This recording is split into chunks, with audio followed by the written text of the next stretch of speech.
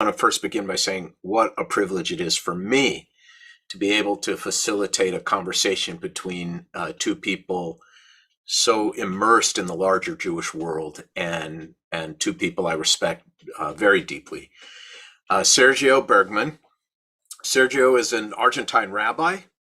He was a pharmacist and a writer, a social activist, and a politician. In 2015, he was appointed as Minister of the Environment and Sustainable Development.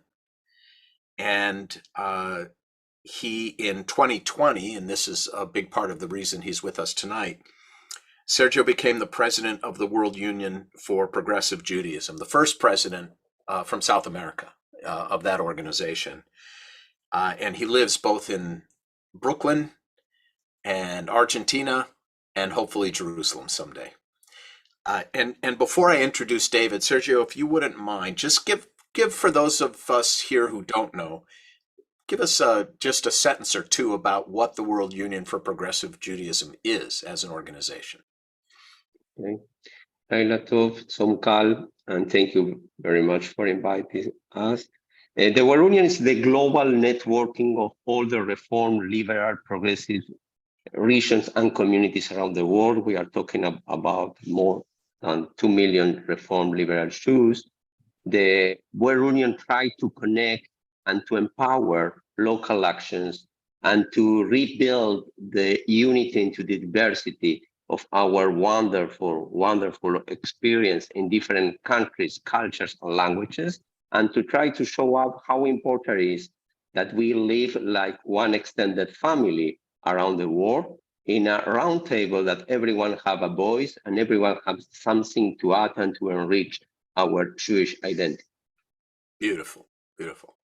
I'll tell you, when I was working on my thesis, my thesis partner, the two of us who had the same advisor, wrote his thesis on the history of the World Union for Progressive Judaism. Wow. And I remember he quoted Lily Montague, who said the World Union was a pygmy organization with a gigantic purpose, which is a way of saying that you have an enormously large and difficult job. And That's correct. We thank you for doing it. And historically, it has been. David Suissa, my friend David, is the president, publisher, and editor-in-chief of Tribe Media, the Jewish journal, where he's been writing a weekly column and then some about the Jewish world since 2006. The Jewish Journal took home 21 awards at the annual Jewish Press Association. David won 2 for excellence in editorial writing.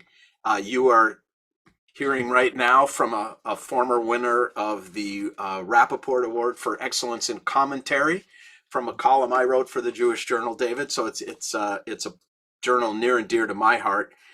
Prior to becoming president of Tribe Media and the Jewish Journal, David founded Suissa Miller Advertising, and a firm considered Agency of the Year by USA Today. He published a groundbreaking magazine called Olam, which was really extraordinary and set a new standard, I think, for Jewish publications. David was born in Casablanca, Morocco. He grew up in Montreal and now lives in Los Angeles with his 5 children. Between the two of you, you have 9 children, so you're doing your part to sustain the Jewish people. Now, I want to begin, and I want everyone to know that we're going to talk about Israel first, current day Israel, and then we'll move more specifically to Tisha B'Av, and then try to think about how those two things might apply and inform each other. So let's start with Sergio, since you have your ear to the ground in the world Jewish community. We know what we're hearing in America, and we know what we're hearing in Israel. What are you hearing in places like Argentina, Brazil, Europe, Australia, etc.? What is the nature of the dialogue out there within the Jewish community? I think that always, like the Jewish tradition teach us, We need to take from the bad thing the good ones.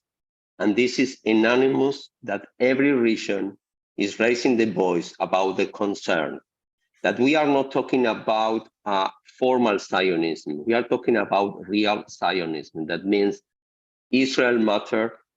Nobody is indifferent about what's happened there. Everyone really needs to say something. I am not talking about what we need exactly to do, but first of all, a very important symptom that we are related, we are connected, and we are concerned.